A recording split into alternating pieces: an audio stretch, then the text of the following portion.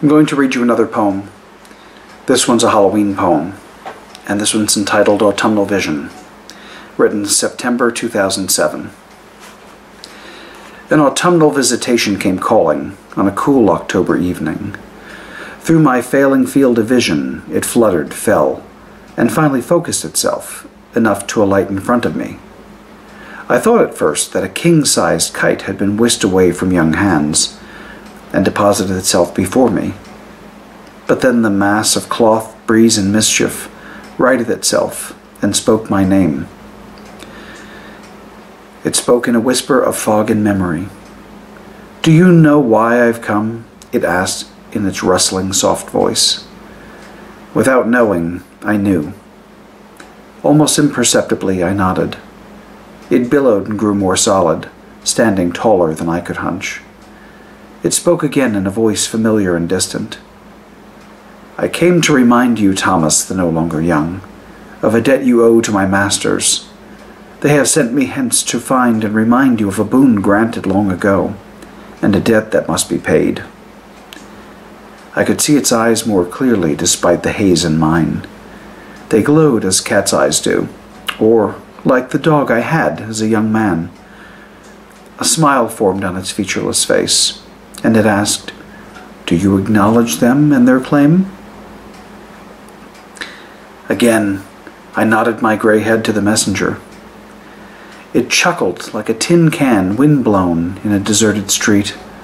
"Then my master shall expect you shortly," it concluded. Without another word, the visitor fell to the ground in a mass of rags and leaves, leaving only detritus and dreams in its wake. I pulled my mended sweater closer about my person, trying to recall when first I met them, they who had delivered the blessings of autumn's sweet breath, the parties and the feasts, the perfect weather, be it cool or hot, dry or wet, the friends, old and new, who came calling, without fail, every year, for most of my adult life, and the thrice blessed memory of it all.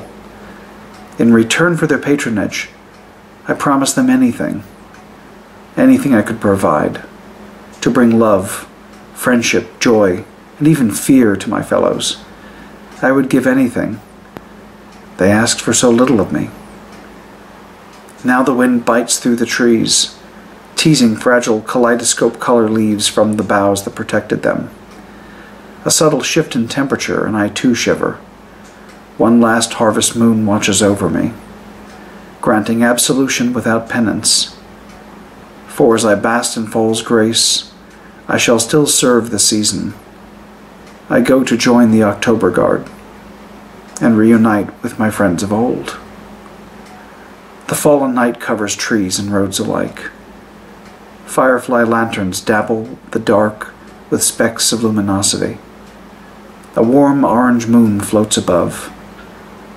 A gray figure slowly shuffles off into the shadows, and no one notices its passing.